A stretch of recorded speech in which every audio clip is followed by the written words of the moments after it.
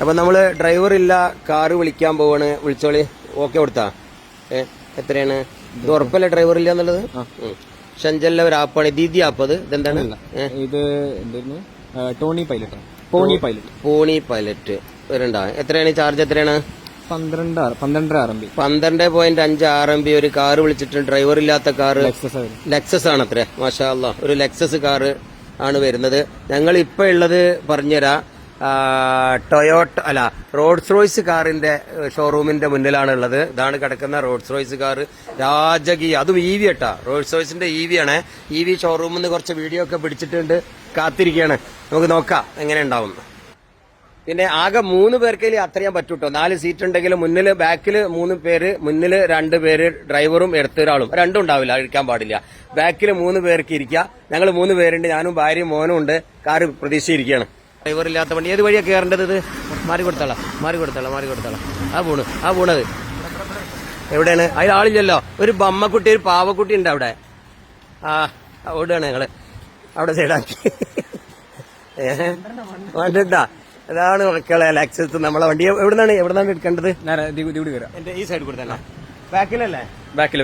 ഫ്രണ്ടിലെ സീറ്റ് ഉണ്ടാവില്ല. ഏതായാലും നല്ല മഴക്കാറാണ്. ഈ നേരത്താണ് ഇപ്പൊ ഈ ചങ്ങായി വന്നിക്കണത്. ലെക്സസ് അവിടെ സാധനം ഒരു വണ്ടിയില് ഡ്രൈവറെ സീറ്റ് ഉണ്ട് കേട്ടോ. പക്ഷെ ഇവിടെ സ്റ്റാരിങ്ങിൽ ആരുമില്ലല്ലോ. ഇവിടെ ഒരു പാവേനെ കൊണ്ടുവച്ചെങ്കിൽ ഇരിക്കാതിരിക്കാൻ വേണ്ടിട്ട്. എന്താ കഥ. ഇപ്പൊ ട്രാഫിക്കിൽ നിൽക്കുകയാണ് ഞങ്ങള്. എല്ലാം ഉണ്ട്, ഫുള്ള് സെൻസറിൽ. ഈ ഒരു സാധനത്തിലാണ് ഇതിന്റെ കംപ്ലീറ്റ് കാര്യങ്ങൾ കിടക്കണം മക്കളെ. ട്രാഫിക് ഇട്ട് അപ്പൊ എങ്ങനെ ട്രാഫിക്കിൽ ഇത് അവിടെ അറിഞ്ഞല്ലേ? കാരണം അപ്പൊ നമ്മളെ ടെസ്ലേനൊക്കെ ഇപ്പൊ ലെക്സസ് ഈ രീതിക്ക് അത് EV അല്ലത്? ഇവനോ എഞ്ചിനാ? ഉണ്ട്. ആക്സിലേറ്റർ ശരിക്കും കൊടുക്കണ്ട്. അടച്ചോനെ അതൊക്കെ ഇരിക്കുന്നു കണ്ട.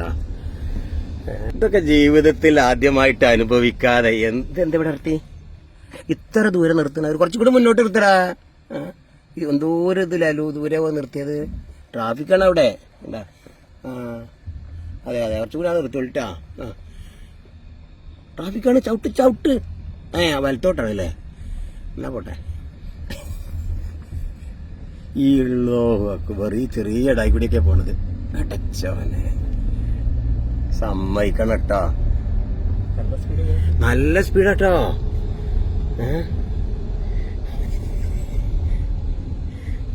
ടെക്നോളജി എവിടം വരെ ഇങ്ങനെ വന്നു കഴിഞ്ഞാല് സത്യത്തിൽ ഇതിനല്ലേ അപകടമില്ലാതെ പിന്നെ സേഫായിട്ട് നമ്മളെ ഡ്രൈവ് ചെയ്ത് കൊണ്ടുപോണത്. ഇത് കള്ളം പറയില്ല, അങ്ങോട്ട് നോക്കൂല, വീഡിയോ വലിക്കൂല, മുറുക്കാൻ തിന്നൂല, സീറ്റ് ബെൽറ്റാതെ പോകൂല, അമിത വേഗതയിൽ പോകൂല, ഓൺ അടിക്കൂല, ആരും ഡിസ്റ്റർബ് ചെയ്യൂല, ട്രാഫിക്കിൽ ലംഘനം ഉണ്ടാവൂല, ട്രാഫിക്കിൽ മഞ്ഞല് അവർ ശ്രദ്ധിക്കും, മുന്നിലെ വണ്ടിയുടെ ഡിസ്റ്റൻസ് പാലിക്കും, എല്ലാം സത്യസന്ധമായി ഇവർ ചെയ്യും. ഉറപ്പല്ലേ? അപ്പൊ അപകടം ഉണ്ടാവുമോ? ഇനി മനുഷ്യന് റോട്ടിൽ കൂടി നടന്നത് കണ്ണും ചിമ്മി ഓടുകയോ അങ്ങനെ എന്തെങ്കിലും ചാടുകയോ ചെയ്യുമ്പോൾ ഇതിന് സഡൻ ബ്രേക്ക് ഇടാൻ പറ്റുമോ എന്നുള്ളത് മാത്രമേ ഉള്ളൂ. ഏതായാലും ഇത് വല്ലാത്തൊരു അനുഭവമാണ് കേട്ടോ. ഈ വണ്ടിക്ക് നല്ല വിലയാണ്. പക്ഷെ നമ്മളെ റേഡിന് ആകെ നമ്മൾ ഇത്ര 12 കൊടുത്ത് 12 RMB പറഞ്ഞ ഒരു 150 റുപ്യാണ് ഇപ്പൊ ആകെ ഇതിന് കൊടുത്തിട്ടുള്ളൂ. 3 കിലോമീറ്റർ 2 ജില്ലാ കിലോമീറ്റർ യാത്രയുണ്ട്. ഇത് ടൗണിന്റെ എല്ലാ ഭാഗത്തേക്കും ഇല്ല കേട്ടോ. ഇല്ലല്ലോ, എല്ലായിടത്തൊന്നുമില്ല. അവര് റൂട്ട് ചെയ്ത കുറച്ച് ഏരിയ മാത്രമേ ഇത് പ്രവർത്തിക്കുന്നുള്ളൂ. പോണ ഓരോ കാറും മാർക്ക് ചെയ്യുന്നുണ്ട് കേട്ടോ. അതിന്റെ അടുത്ത് കൂടി പോണ കാർ ഇപ്പൊ ആരുമില്ല. ഉണ്ടോ? നമ്മൾ മാത്രമാണ് ഈ ട്രാഫിക്കിൽ ഇപ്പൊ നിൽക്കുന്നത് എന്നുള്ള. അതാ പോയി അങ്ങോട്ട്. ആ സ്റ്റാരിങ് ഒക്കെ എന്ത് കൃത്യമായിട്ട് തിരിക്കണ്. അപ്പൊ അപ്പുറത്തൊക്കെ കാറുണ്ട്, വടക്കുണ്ട്, ഇഷ്ടം പോലെ കാറുണ്ട് കേട്ടോ. അപ്പൊ ഒന്ന് വാവ് കറക്റ്റ് ഉണ്ട് തിരിച്ചെടുത്തിട്ടോ. എന്താ ഒരു ആക്യുറേറ്റ് ആയിട്ടാണ് പോണത്. എന്ത് സംവിധാനമാണ്. ലൈൻ ചേഞ്ച് ചെയ്യുന്നത്. എത്ര ക്യാമറയാണ്. ഞാൻ അതൊക്കെ ഒന്ന് നോക്കട്ടെ. ഇനി ഇതാ ഞാൻ കാണിച്ചു തരാം. ഇവിടെ ഒരു ക്യാമറ, ഇവിടെ വേറൊരു ക്യാമറ, ഈ മൂലയില് 3 ക്യാമറ. ഒന്ന് അങ്ങോട്ട്, രണ്ടെണ്ണം അങ്ങോട്ട്, ഒന്ന് ഇങ്ങോട്ട്, 3 ക്യാമറ. അപ്പോ ഉള്ളിലത്തെ ക്യാമറകളാണത്. പിന്നെ ആ കോർണറിൽ കിടക്കുന്നത് ഒരു ക്യാമറ വേറെ. അതാ നമ്മളെടുക്കണമെന്ന് അറിയില്ല. പിന്നെ ഇപ്പൊ എന്താണ് ഇതിൽ നല്ല ഒരു അഡീഷണൽ ഒരു ബോർഡ്, ഒരു ഡിസ്പ്ലേ ഇവിടെ. പിന്നെ ഇതിലിപ്പോ അങ്ങനെ പറയത്തക്ക ഒരു ലെക്സസ് കാറിന്റെ സിസ്റ്റം ഇതിനുള്ളൂ. പിന്നെ 2 കിടില മോണിറ്റർ ഇവിടെ വെച്ചിട്ടുണ്ട്. ആ സ്ക്രീനിൽ അതിന്റെ കംപ്ലീറ്റ് ഓരോ വണ്ടിയും കടന്നു പോകുന്ന പിന്നെ ഒരു പ്രത്യേക, എനിക്ക് തോന്നുന്നത് ഇത് തെർമൽ ക്യാമറ എന്തോ ആണ് വെച്ചിട്ടുള്ളത്. അതിന്റെ ഒരു ഷേപ്പ് കണ്ടിട്ട് അതൊരു സോഫ്റ്റ്വെയറിൽ അങ്ങനെ ചെയ്താൽ അറിയില്ല. അതായത് ഒരു വിമാനത്തെ പോലെ ഒരു മെനു ഉണ്ട് അല്ലേ, എന്ത് ചെയ്യണം എന്ത് ചെയ്യരുത് എന്നുള്ളത്. നല്ലൊരു കാർഡാണ്. പടച്ചോനെ കൊടുത്ത് കിട്ടി എന്ത് ടേണിംഗ് ആണിത്. പിടുത്തം വിട്ട ഓടി വിട്ടാ ഈ കണ്ടില്ലേ എനിക്ക് കറക്റ്റ് യൂട്ടം പടപടാച്ചിട്ടെടുത്തു. ഒരാൾക്ക് ഇങ്ങനെ എടുക്കാൻ പറ്റില്ല കേട്ടോ. ഭയങ്കര കോൺഫിഡൻസോടെയാണ് ഇപ്പൊ അതെടുത്തത്. അതേ ഒരാൾ ക്രോസ് ചെയ്യുന്നുണ്ട് അടുക്കൂടി. ഇയാൾ എന്ത് സ്ലോ ആക്കി കൊടുത്ത് സ്ലോ ആക്കി. അതൊക്കെ ഓക്കെയാണ്. മനുഷ്യ അതാ മുന്നിലൊരു കാർ നിർത്തിക്കണ്, അതിനൊക്കെ ഓവർടേക്ക് ചെയ്തെടുത്ത്. സുബ്ഹാനല്ലാഹ്. നമ്മളെ സ്ഥലത്തിയല്ലോ.